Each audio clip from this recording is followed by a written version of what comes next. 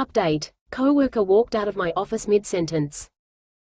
A while back, I shared a story here about my coworker, who is an actual nightmare. Unfortunately, I accidentally deleted the post, but it got a decent amount of traction, and I wanted to update for those who remember because I've got something juicy to add. For those who have read, I have the update labeled down at the bottom. Backstory. For those who didn't see the old post, my main gripes with him, 28 meters, is that he think he's always right, is constantly trying to one-up everything everyone says, never takes responsibility for his mess-ups, he makes a lot, lies, will walk away from you in the middle of saying something, gets in verbal, sometimes almost physical, altercations with truck drivers that come into the yard, and leaves his chewed sins around the office.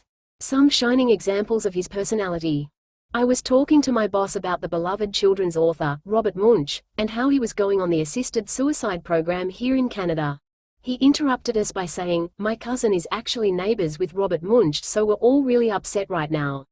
Another moment was when I was telling another coworker about this large music festival I go to every year, and he interrupted again, saying that his neighbor is actually the owner of PK Sound, who supplies all the sound solutions, and that he would be invited backstage and to all the VIP sections, but he would never go because, if he wanted to dance naked, he would do it in the shower. I've been grey rocking him since I started working here, as I find talking to him extremely draining and annoying. The last straw which made me post here in the first place was that he came into my office one day and said, "You're a quiet one, hey?" I then said, "Well, if you want to get to know someone, you should probably start by asking something about them."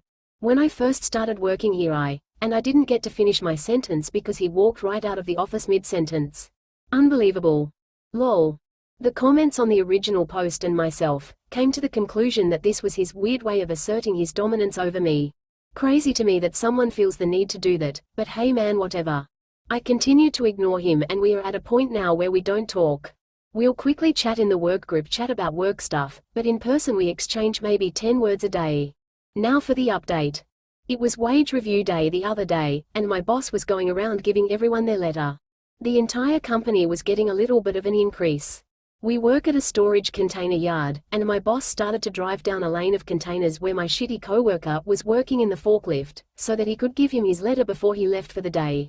Our forklift is a 4-ton monstrosity. I'm 5 feet 7 inches, and when I'm standing, my head doesn't reach the part where the driver sits, just for scale.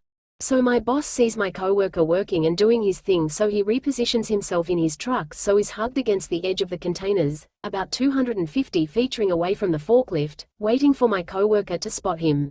Now, this idiot coworker of mine pulled a container, and instead of turning his forklift around and driving it normally to the front of the yard, he just decides to reverse down the entire lane.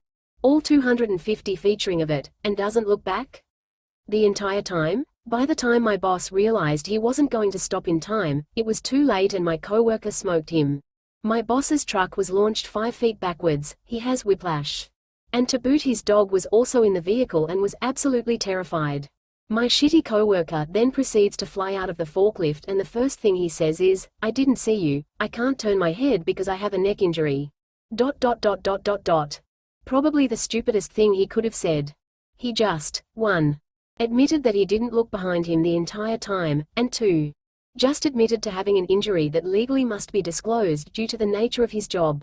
On top of everything, he got a doctor's note to be out all week because of the crash, and now my boss, who is the one who got launched, is in the forklift working all week. Needless to say, an investigation is being done, and my boss has given his recommendation to have him fired. It has to go through our safety person and our regional first, but it's looking good for him to be let go. I am so excited at the prospect of him being fired so we can get some competent help at the yard, and hopefully someone with a personality as well.